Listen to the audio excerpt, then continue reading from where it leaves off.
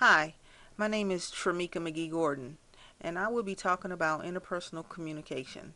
This is a project that I'm doing for Human Services 508 at Liberty University, July 8th, 2011. Next slide.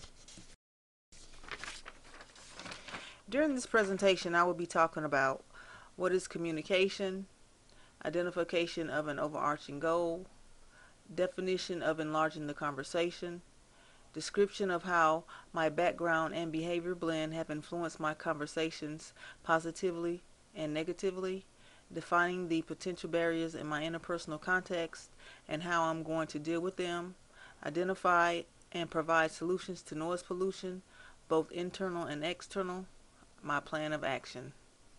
Next slide. Communication. According to Stewart, in the most general sense, the terms communication and communicating label the continuous, complex, collaborative process of verbal and nonverbal meaning making. Next slide. Listening. Do we always listen when someone else is speaking? The answer is no. We find ourselves being preoccupied or thinking about other things when we should be focused on the speaker. This presentation will demonstrate what effective listening is and how to get and maintain effective listening skills. Next slide. Philosophy of listening. According to Harrison and Gordon, there are a set of beliefs about the topic of listening, and they are divided into 4 categories. The first one is aim of listening. The second, the nature of listening. Third, the role of the listener. And fourth, the relation between the listener and the speaker. The beliefs as they fall into these 4 categories have implications for one another. They are logically related and constitute a philosophy of listening. Next slide. Listening, the forgotten skill. According to Burley Allen, listening is a potent force for reducing stress and tension.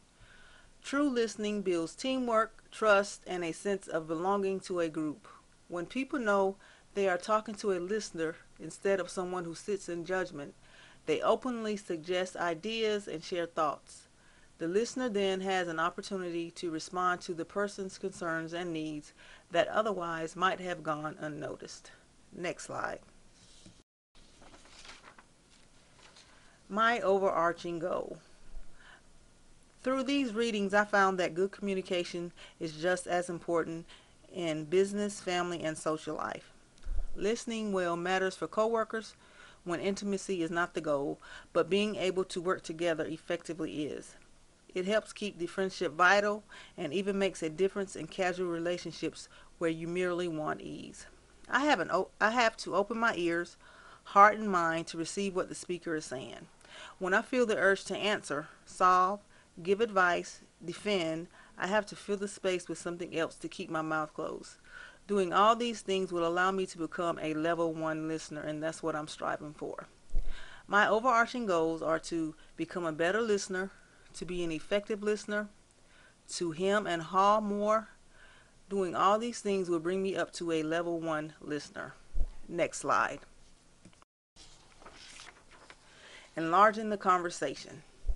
Enlarging the conversation simply means to me that there is more than one way to communicate, and in doing so, our ideas, thoughts, and what you mean is being expressed. Next slide. Communicating. According to Stewart, complex means that there are many elements or dimensions of every communicative event, including facial expressions, tone of voice, choice of words, past history, and social roles, among dozens of other factors. The words verbal and nonverbal highlight the 2 basic codes that humans work with. And the term collaborative just means that we co-labor or work together on the meanings we make. Sometimes during conversations or during the process of communicating, we have to step outside the box or think outside the box. It just depends on who you are talking to or having a conversation with. Next slide. Background and behavior blends. Behavior blends, defined to me, means putting together one set of behaviors with another set of behaviors.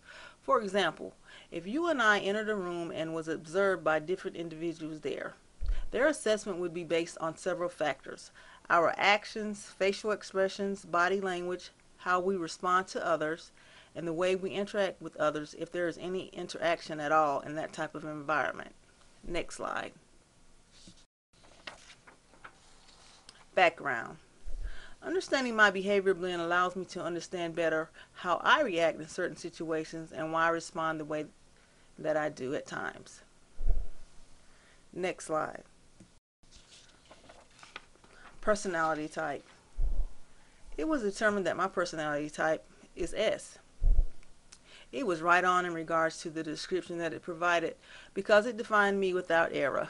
People see me as a very steady and stable individual. I do tend to be misjudged as being boring and dull. It states that I do not think people want me to be loud as others, but I am very reserved. I'm not loud at all. I'm quiet and my responses are reserved, and I'm a very good listener.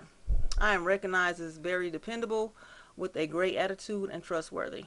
Everything from the beginning to the end is correct in regards to me and my personality and behavior. Next slide.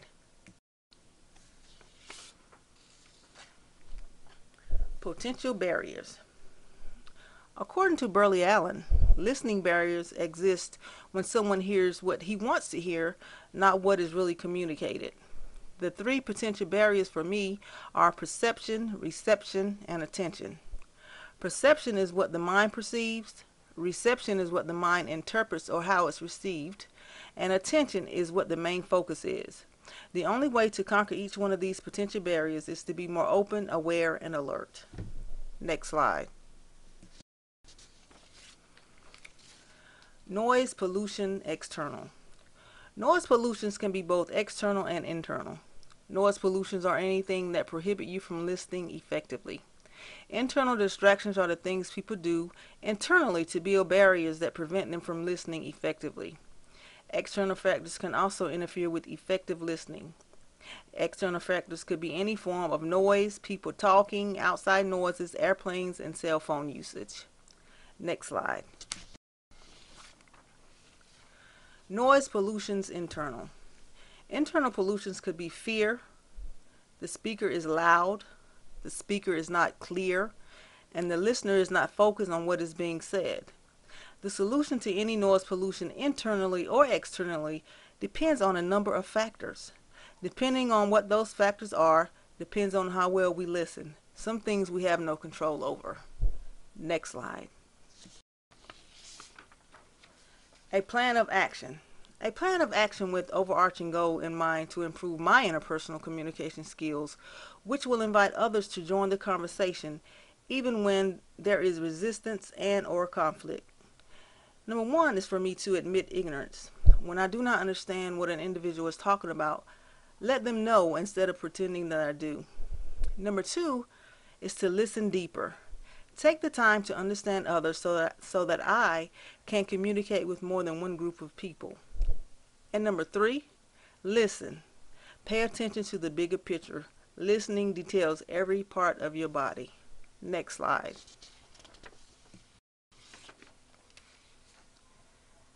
Can you hear me now? According to Rose, the critical issue is not whether individuals speak or listen, but whether individuals speak and listen to one another in a humane manner. Humane communications is premised on an inclusive outlook that sees all individuals without exception as participating in a condition that is shared or common. Next slide. In conclusion, my advice to everyone is to become more effective in your communication skills. Before I took this class, I thought I was a great communicator, but I quickly learned that I was not. This was an awesome class, and I think everyone enrolled at Liberty University should be required to take it. My final two slides will be my bibliography slide and references. Thank you for allowing me to share this information with you.